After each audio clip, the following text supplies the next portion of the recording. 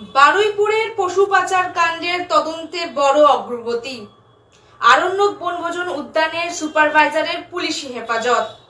সুপারভাইজারের বাড়ি রেস্তোরাঁয় একের পর এক তল্লাশি চালিয়ে একাধিক গুরুত্বপূর্ণ সূত্রের খোঁজ পেয়েছেন তদন্তকারীরা। দক্ষিণ চব্বিশ পরগনার বারুইপুরে পশু পাচার কাণ্ডে আরণ্যক বনভোজন উদ্যানের সুপারভাইজারের পুলিশ হেফাজত। বৃহস্পতিবার সুপারভাইজার পল্লব ভারতীকে বারুইপুর মহকুমা আদালতে তোলা হলে আদালত 7 দিনের পুলিশ হেফাজতের নির্দেশ দেয়।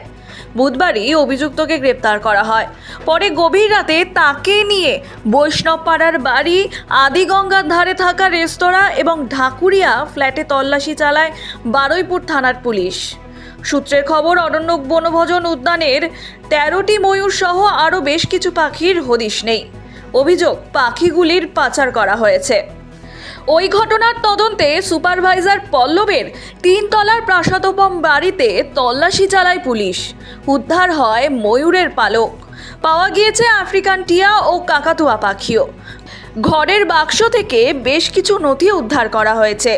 তল্লাশি চলে তার আদিগঙ্গার পাশে চায়ের ক্যাফেতে। সেখান থেকে একাধিক নথি বাজেয়াপ্ত করেছে পুলিশ। অভিযুক্তকে নিয়ে তার ঢাকুরিয়ার ফ্ল্যাটেও তল্লাশি চলে। এই ঘটনায় বন দপ্তর ও পুলিশ যৌথভাবে তদন্ত চালাচ্ছে। এই চক্রের সঙ্গে আর কেউ জড়িত রয়েছে কিনা তা তদন্ত করে দেখা হচ্ছে। দক্ষিণ চব্বিশ পরগনার বারুইপুর থেকে শশাঙ্ক মণ্ডলের রিপোর্ট, হিন্দুস্তান নিউজ পয়েন্ট।